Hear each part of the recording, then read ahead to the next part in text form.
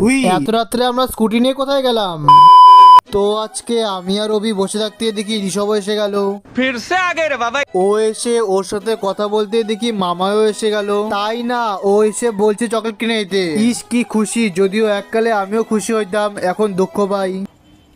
তাই আর কি, তাকে নিয়ে চলে গেলাম দোকানে গিয়ে চকলেট কিনে দিতেই আমি একটা চিপস কিনে বাড়ি আসতেই চিপস খেতে খেতে সন্ধ্যা হয়ে গেল।